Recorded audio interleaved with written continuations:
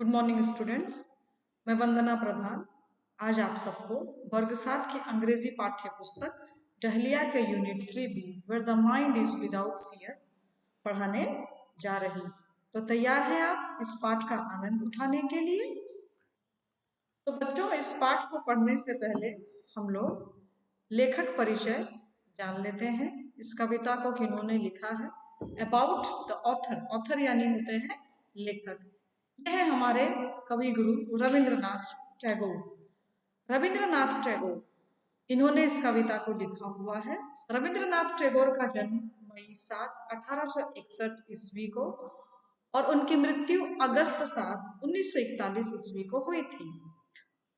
Rabindranath Tagore founded Santi Niketan in Bolpur, West Bengal, which promoted ancient methods of teaching. Kabuliwala, Postmaster, Gora are few of his famous works. He won the Nobel Prize for Literature in 1913 for his collection of poems Geetanjali. तो जैसे कि बच्चों आप इस चित्र में देख पा रहे होंगे रविंद्रनाथ टैगोर को। इनका जन्म मई 7 1861 को और मृत्यु अगस्त 7 1941 को हुई थी। इन्होंने शांति निकेतन कलकत्ता, ठीक है, बोलपुर वेस्ट बंगाल, जिसको कि हम लोग कलकत्ता के रूप में बहुत अच्छी तरह से जानते हैं, उन्होंने वहां पर शांति निकेतन नाम के एक आश्रम की स्थापना की थी। और उस शांति निकेतन में प्राचीन पुरातन तकनीक जो है, एंशियंट मेथड्स, प्राचीन तरीके जो है पढ़ने के, उसको उन्होंने बहुत आगे ले गया। वहां पर शांति निकेतन में पुरातन तरीकों से जो पढ़ाई के प्रकार होते थे, प्राचीन तरीकों से जो पढ़ाई होती थी, उसको उन्होंने बहुत ऊपर की ओर उठाया। ठीक है, आज भी ऐसे ऐसे छात्र आपको मिल जाएंगे जो शांति निकेतन से पढ़े हुए हैं और अलग अलग जगह में देश विदेश में वो काफी नाम कमा रहे हैं। रविंद्रनाथ टैगोर की लिखी हुई कुछ कहानियां हैं, काबुलीवाला, पोस्टमास्टर, गोरा। ठीक है, ये उनकी कुछ प्रसिद्ध किताबें हैं जो लिखी गई हैं। कभी समय मिले, मौका मिले तो जरूर पढ़िएगा। He won the Nobel prize for literature, उन्हें साहित्य के लिए 1913 में नोबेल पुरस्कार से सम्मानित किया गया था और यह पुरस्कार इन्हें अपने कविताओं के संग्रह, कलेक्शन ऑफ पोएम्स, कविताओं के संग्रह गीतांजलि के लिए दिया गया था। बिफोर यू रीड, इस कविता को पढ़ने से पहले, India is our country as well as love, we all love our country. This poem has been composed by Rabindranath Tagore before India got freedom from the British rule. Bharat हमारा देश है, India is our country, Bharat हमारा देश है और हम सभी, we all love our country, हम सभी अपने देश को प्यार करते हैं। यह कविता रविंद्रनाथ टैगोर के द्वारा रचित है, कंपोज्ड है ना, इन्होंने इसकी रचना की है। Before India got freedom from British rule, Bharat जब अंग्रेजों से आजाद नहीं हुआ था तब इन्होंने इस कविता की रचना की थी। He prays to God for freedom of the country from slavery as well as superstition and bondage.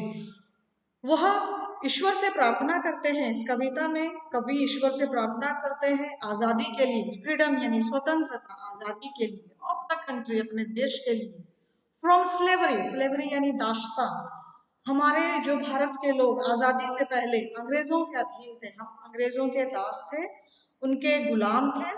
तो इन्होंने ईश्वर से प्रार्थना की उस समय कि हमें भारतवासियों को अंग्रेजों की गुलामी से आजादी दे, एज वेल एज सुपरस्टिशन। इसके अलावा उन्होंने ईश्वर से प्रार्थना की कि हम भारतवासियों का अंधविश्वास, रूढ़िवादिता है ना, सुपरस्टिशन एंड बॉन्डेज, बंधन, सभी प्रकार के बंधन, कुप्रथाओं से, रूढ़िवादियों से हमें आजादी दे, हमें मुक्त करे। Read the poem to find out what else he prays for. इस कविता को पढ़ें और जानें कि वह और क्या क्या ईश्वर से मांगते हैं और किस लिए ईश्वर से प्रार्थना करते हैं। Where the mind is without fear, यानी इसका अर्थ है जहां हमारा मन हर किसी प्रकार के डर से परे हो। ठीक है, जहां हम निडर हों, इस कविता के शीर्षक का अर्थ है जहां हम निडर हों। तो कविता की जो पहले स्टैंजा है इसको बच्चों हम लोग देखते हैं किस प्रकार से लिखा हुआ है। Where the mind is without fear and the head is held high, where knowledge is free, where the world has not been broken up into fragments by narrow domestic walls, where words come out from the depth of truth। तो यहाँ जो बच्चे पंक्तियां दी गई है कविता की वो इस प्रकार से कहते हैं, कवि भगवान से प्रार्थना करते हैं where the mind is without fear, जहां पर मन में किसी प्रकार का डर ना हो, भय ना हो, and the head is held high, और हमारा मस्तक ऊंचा हो, हम शान से सर उठा सकें। where knowledge is free, जहां पर ज्ञान मुफ्त हो, यानी ज्ञान निशुल्क हो, ज्ञान के लिए किसी प्रकार का शुल्क ना अदा करना पड़ता हो। where the world has not been broken up into fragment by narrow domestic walls, जहां पर ये जो संपूर्ण विश्व है ये छोटे छोटे टुकड़ों में बंटा ना हो, फ्रेगमेंट्स यानी टुकड़ों में बंटना, बाय नैरो डोमेस्टिक वॉल्स। यहाँ पर नैरो डोमेस्टिक वॉल्स का मतलब होता है बच्चों, नैरो का मतलब हो गया संकीर्ण, डोमेस्टिक यानी घरेलू, और वॉल्स का मतलब दीवारें। लेकिन यहाँ पर मतलब हो गया हमारी जो संकीर्ण सोच है, हमारी जो रूढ़िवादी सोच है, इस सोच के वजह से हमारा जो विश्व है वो छोटे छोटे टुकड़ों में बंटा ना हो। where words come out from the depth of truth, जहां पर जो शब्द हैं, हम जब बोले शब्द तो उन शब्दों में सच्चाई की गंभीरता हो, है ना, सच्चाई, डेप्थ ऑफ ट्रूथ, डेप्थ का मतलब होता है गहराई, हमारी बातों में सच्चाई हो, गहराई हो, हमारे हृदय से जो बातें निकली उसमें सत्यता हो, सत्यता के सिवा और कुछ ना हो। तो यहाँ पर इन पंक्तियों में वो कवि कहना चाहते हैं, कवि ईश्वर से प्रार्थना करते हैं कि हे ईश्वर, जहां पर मनुष्य के मन में किसी प्रकार का डर ना हो, मनुष्य अपना सर ऊंचा करके जी सके, जहां ज्ञान की प्राप्ति निःशुल्क हो, जहां पर संपूर्ण विश्व छोटे छोटे टुकड़ों में बंटा ना हो रूढ़िवादी सोच की वजह से, जहां पर जो बातें निकलती हो, जहां पर एक एक शब्द निकलता हो, तो वह उस शब्द में सच्चाई हो, हमें ऐसी दुनिया की ओर ले चलो। आगे कहते हैं कवि, where tireless striving stretches its arms towards perfection, where the clear stream of reason has not lost its way into the dreary desert sand of dead habit, where the mind is led forward by thee into ever widening thought and action, into that heaven of freedom, my father, let my country awake। तो यहाँ पर कवि कहते हैं where tireless striving, ठीक है, tireless का मतलब होता है अथक, बिना थके हुए, स्ट्राइविंग यानी प्रयास, stretches it's arms towards perfection, जहां पर मनुष्य का अथक प्रयास करके वो अपनी बाहों को फैलाकर आगे बढ़े परफेक्शन की ओर, यानी परफेक्शन का मतलब होता है परिपूर्णता की ओर, संपूर्णता की ओर, जहां पर अथक प्रयास,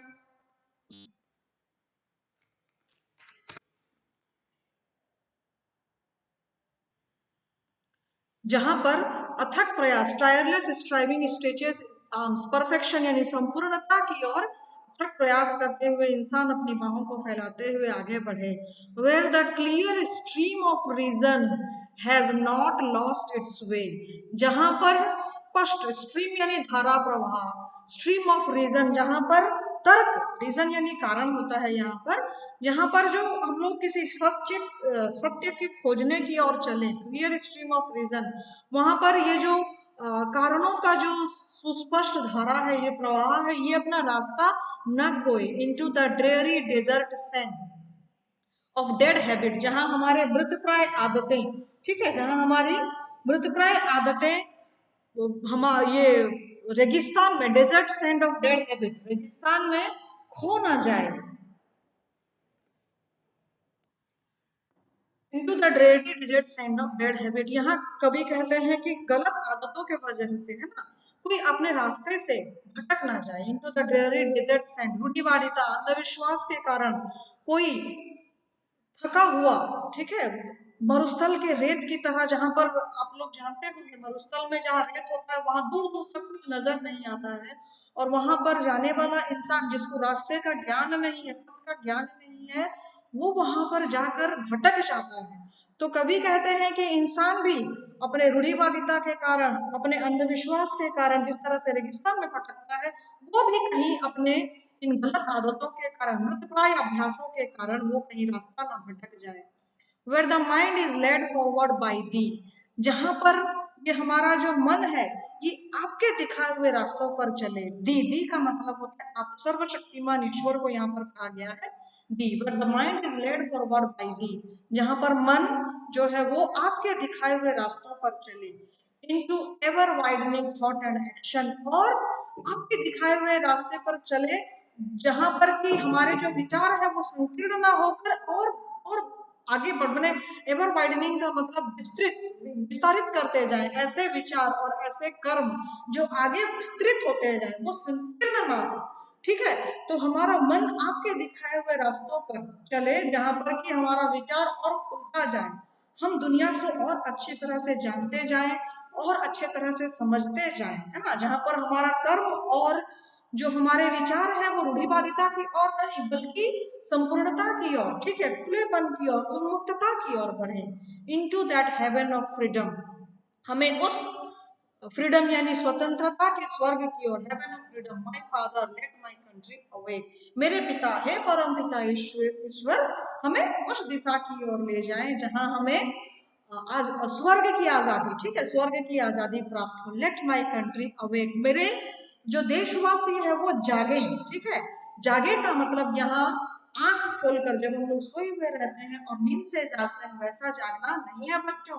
यहाँ पर जागने का मतलब होता है हर प्रकार के गलत धारणा, गलत सोच, गलत विचार को त्याग कर, है ना, अच्छे विचार, वसुधैव कुटुंबकम के विचार और अच्छी धारणा, अच्छे विचार, अच्छे सोच को लेकर सभी के प्रति प्रेम, ठीक है, सहानुभूति की भावना को लेकर आगे बढ़ते जाने को कहा गया है ना। जहां हम लोग किसी प्रकार की रूढ़िवादिता, परंपरागत तरीके, किसी प्रकार के अंधविश्वास को ना माने, जहां हम ज्ञान की प्राप्ति करें और जहां सब कुछ खुला हो, जहां पर किसी चीज की कोई बंदिश ना हो, बाधा ना हो, वैसे देश की ओर हमें ले चले। मेरे परमपिता परमेश्वर मेरे देश को जागृत करें। तो बच्चों, यहाँ पर ये कविता खत्म होती है। मुझे आशा है आपको ये कविता समझ में आई होगी। हम लोग अगले पाठ में दोबारा फिर मिलेंगे। धन्यवाद।